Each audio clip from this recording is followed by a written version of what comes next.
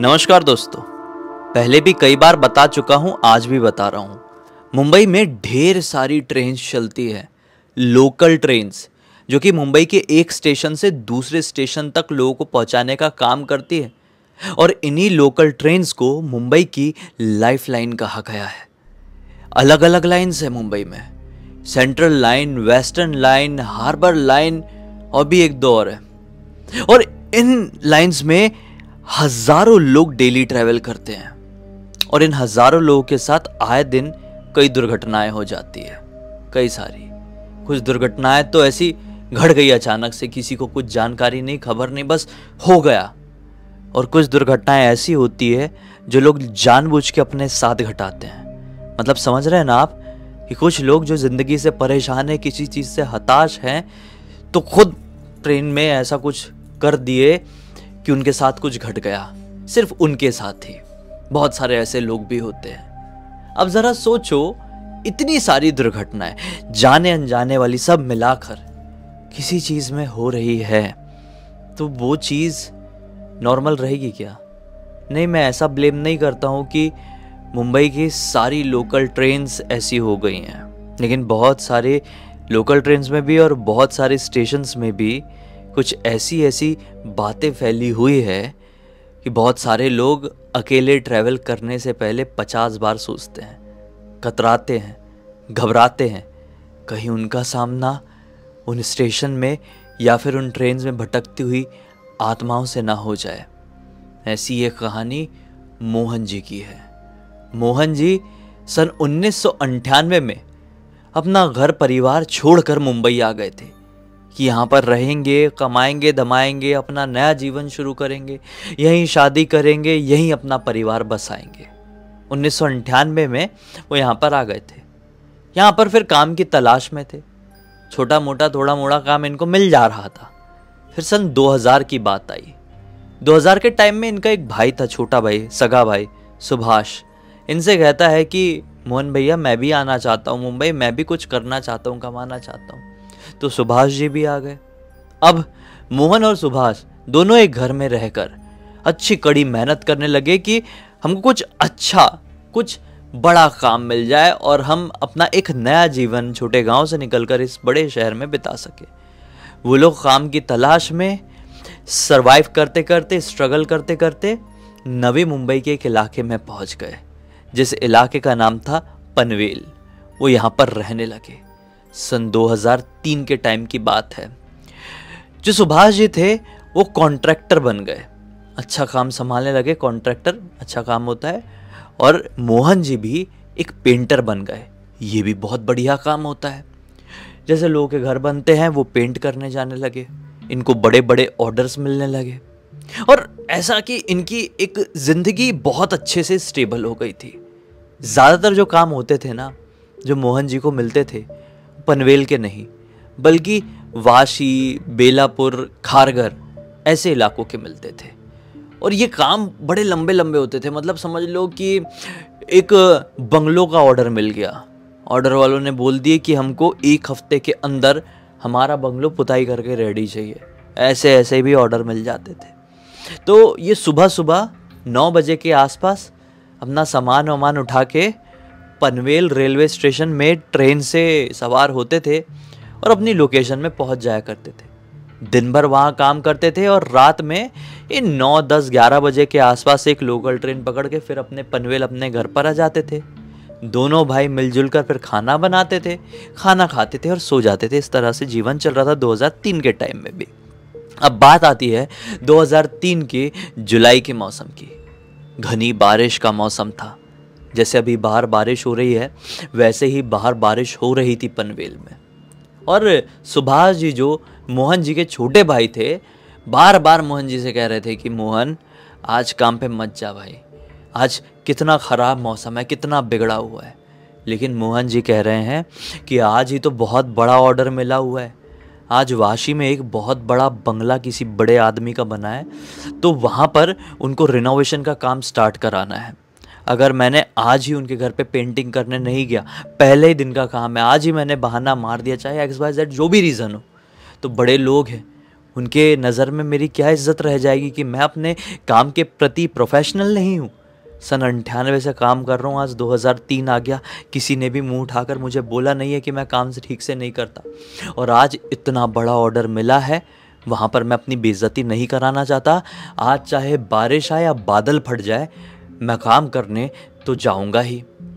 चलो सुभाष जी ने बोले अगर तुम्हारा इतना मन है तो ठीक है, लेकिन ज़रा संभल कर, बारिश अगर बढ़ जाए तो एक काम करना, वाशी में ही कोई लॉज वॉज लेके आज रात बिता लेना, लेकिन यहाँ पर आने की सोचना मत। मैं खाना आना बना के खा के सो जाऊँगा, तुम भी वहाँ पर कुछ खाने का मिल ही जाएगा। वहाँ पे तो ना जाने कितने साधन होते हैं, खाना पीना और लॉज लेके बढ़िया से आराम करना, और फिर कल का दिन का काम करके फिर बारिश कम रहेगी तो ही आना भाई, क्योंकि अपने वाशी से पनवेल की दूरी भी है ठीक ठाक है।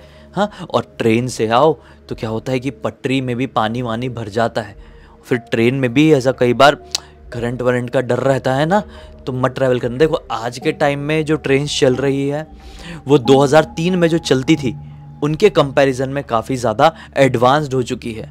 आज की ट्रेनों में ऐसा करंट शॉर्ट सर्किट वाला उतना रिस्क नहीं होता है। बारिश वारिश के टाइम में ट्रेन बंद हो जाएगी, अगर बारिश हो रही है, ट्रैक में पानी भरा हुआ है तो ट्रेन रुक जाएगी, आगे नहीं बढ़ेगी।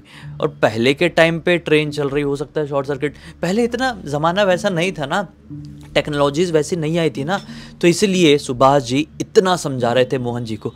पता नहीं क्यों सुभाष जी के मन में आज निगेटिव चीज़ें आ रही थी, इसलिए वो भी काम पे नहीं गए थे।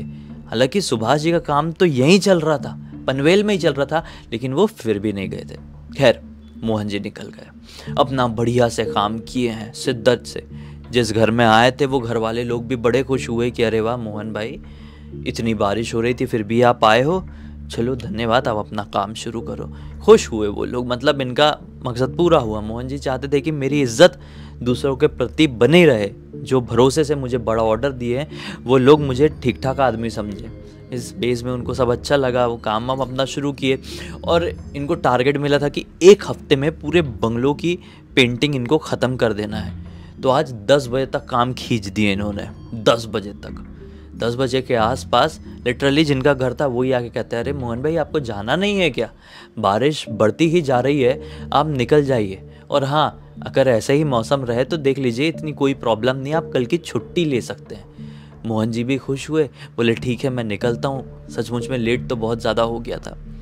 वो अब निकल पड़े, ऑटो पकड़े, बड़ी मुश्किल से इनको ऑटो मिली जहाँ पर ये काम कर रहे थे, वहाँ से वाशी रेलवे स्टेशन तक जाने की बड़ी मुश्किल से मिली। ये इस ऑटो को पकड़ के 11 बजे के आसपास वाशी रेलवे स्टेशन में पहुँच जाते हैं। अब ट्रेन का इंतज़ार करने लगते हैं। 11:05 का टाइम था ट्रेन का, पनवेल जाने वाली ट्रेन 11:05 को वाशी स्टेशन में आने वाली थी, लेकिन अभी कोई अनाउंसमेंट नहीं, और इस रेलवे प्लेटफॉर्म में कोई भीड़ भी नहीं। ये सोच रहे हैं यार अनाउंसमेंट नहीं है, कुछ नहीं है, क्या करूं, जाके पूछूं क्या। तो पूछताछ विंडो जो होता है टिकट विंडो के बाजू में ही रहता है, वहाँ पर जाकर पूछते भी हैं। तो बताती है, जो बैठी रहती है इन्फॉर्मेशन देने वाली लेडी, वो बताती है कि आज वो पनवेल वाली ट्रेन लगभग आधा घंटे लेट है, और बहुत ज़्यादा प्रॉब्लम चल रही है इस रेलवे ट्रैक में भी, रास्ते में भी। तो आप देख लीजिए, हो सके, मैं आपको पर्सनली कह रही हूँ, हो सके तो आप ऑटो करके अपने घर चले जाइए। मैं एक रेलवे कर्मचारी के तौर पर नहीं, एक साधारण इंसान, एक आपकी वेल विशर के रूप में आपको कह रही हूँ। इन्होंने सोचे कि ये इतना क्यों सोच रही है मेरे बारे में, और मैं ऑटो से जाऊँगा वाशी से पनवेल तो कितना खर्चा हो जाएगा यार, मतलब दूर पड़ जाता है ना। लोकल ट्रेन में टिकट्स होती है बहुत कम, उस समय तो शायद मेरे ख्याल से 5 रुपये में ट्रैवल कर लेते होंगे वाशी से पनवेल, बहुत सस्ती होती है। मतलब बाय रोड को कंपैरिजन आप ट्रेन से करेंगे तो बाय ट्रेन बहुत सस्ता होता है मुंबई में। आज भी 10-15 रुपए में आप बहुत लंबा ट्रैवल कर सकते हैं। ये तो बात माननी पड़ेगी मुंबई की यार, मतलब हर प्रकार के लोगों के लिए ट्रेन बनी हुई है, इसलिए मुंबई लोकल ट्रेन को मुंबई की लाइफलाइन कहा जाता है।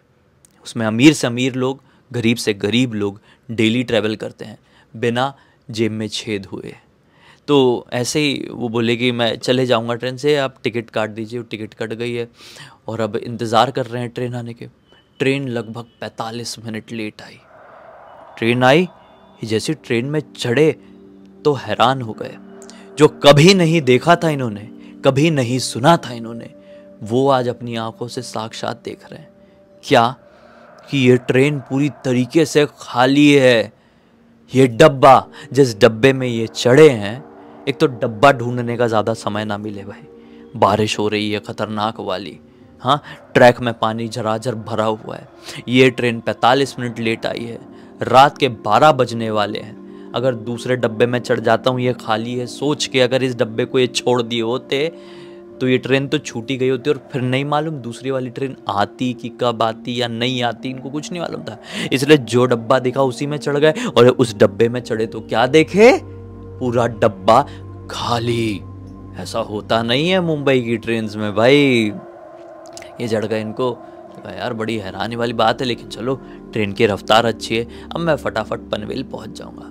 और बढ़िया बैठ गए, बैठ के खिड़की के बाहर नज़ारा देखने लगे।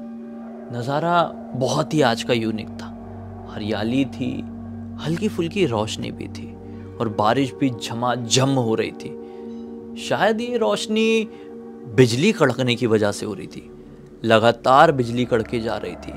मतलब एक अलग ही नज़ारा बाहर का बना हुआ था, हल्की हल्की वाली बिजली, कभी जोर जोर के भी बड़बड़ा के ऐसी भड़क जाती। जैसी एक जोर की बिजली कड़के इनको ऐसा फील हुआ कि मेरे बाजू में कोई बैठा है। ये तुरंत ही पलट कर देखते हैं, अभी तो खिड़की के बाहर देख रहे थे, बहुत जोर की बिजली कड़की तो ये ऐसा हो गए और ये ऐसा हुए तो एक अपने इल्यूजन, एक अपने ध्यान में खो गए थे, बाहर के नज़ारे में खो गए थे। ये रियलाइज़ किए और इनको समझ में आया कि इनके बाजू में कोई बैठा हुआ है। इन्होंने सोचे अरे ट्रेन तो वाशी स्टेशन से लगातार चल रही है, जब मैं चढ़ा था डब्बा पूरी तरीके से खाली था, अब मेरे बाजू में आकर कौन बैठ गया। ये जैसे बाजू में देखते हैं तो क्या पाते हैं, एक लड़की इनके बाजू में बैठी हुई है, उम्र रही होगी 28-29 साल के आसपास की। इन्हें एक तक लगा है, ऐसी बड़ी बड़ी आंखों से देख रही थी। ये उस लड़की की आंखों में देखे और थोड़ा घबरा गए कि मुझे इस तरीके से क्यों देख रही है। ये उससे कुछ बोल पाते कि उससे पहले वो लड़की ने खट से इनका गला पकड़ ली। लंबे लंबे नुकीले नाखून, इसके हाथ में इतनी ताकत थी ना, जितनी ताकत इन्होंने कभी इमेजिन नहीं किए थे कि किसी के शरीर में हो सकती है। जैसे ही वो लड़की ने इनका गला पकड़ी ना, लिटरली सांस इनकी वहीं पर रुक गई। ऐसा नहीं कि कोई गला पकड़ता है तो ऐसा ले सकते हैं ना, हल्का फुल्का तो ले ही लेते, लेकिन जैसे ही वो लड़की ने गला पकड़ी ना, इनकी सांस चौक हो गई वहीं पर गले पे और ये तड़पने लगे, इनकी आंखें वहाँ के पलटने लगी। ये कुछ बोल पाते, लड़की का हाथ छुड़ा पाते कि जोर की बिजली कड़की और इनकी आंख खुली। ये सपना था, ये एक बुरा सपना था जो एक बिजली से शुरू और एक बिजली पे खत्म हुआ। बाप रे, ये बारिश की वजह से ठंडी भी हो गई थी और इस खतरनाक ठंडी में इनको पसीना छूट गया था। इतना खतरनाक सपना। ये रुमाल निकाल के अपना चेहरा वहरा पोंछे पसीने से और बोले ये कैसा सपना था यार। और इतने में इनको किसी की धीरे धीरे हंसने की आवाज़ सुनाई दी।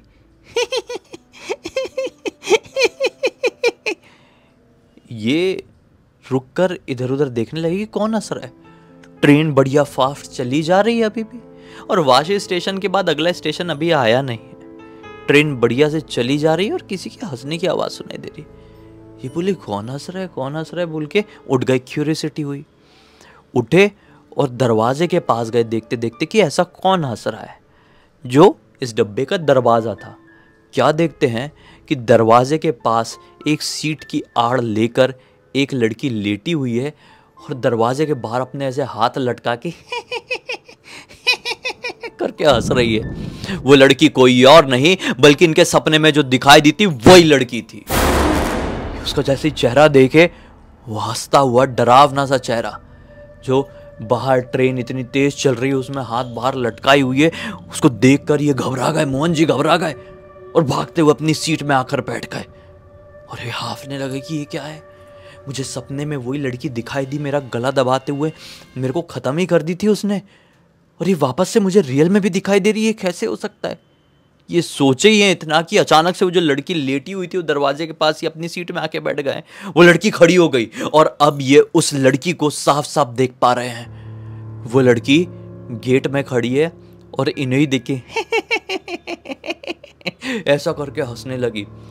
उसने आधा शरीर अपना बाहर कर दी, जो गेट में ऐसा डंडा रहता है ना लोकल ट्रेन्स की, वो डंडा पकड़ ली और ऐसा पूरा बाहर झूलने लगी। ट्रेन बिल्कुल फास्ट चल रही है, बिजली कड़क रही है, बारिश हो रही है। वो लड़की डंडा पकड़ के अब अपना हंसने का वो बढ़ा दी, झूले जा रही है, झूले जा रहे, और पीछे से आए खंबा, ठंग से लड़की टकराई और नीचे इनके मुंह से चीख निकल गई, शिट ये क्या है। डर तो इतना लग गया था कि चेन खींच दे, लेकिन चेन खींच के क्या करेंगे। कहीं ना कहीं ये समझ में आ रहा था कि ये लड़की नॉर्मल नहीं है। इन्होंने भगवान का नाम लेते हुए अपने आप को शांत किया और थोड़ी ही देर में ट्रेन की आवाज आई, अगला स्टेशन का इशारा, अगला स्टेशन आने वाला है। आया खारघर रेलवे स्टेशन। ट्रेन रुकी और उस रेलवे स्टेशन में फटाक से उतर गए। इस रेलवे स्टेशन में कुछ लोग थे जो ट्रेन का इंतजार कर रहे थे।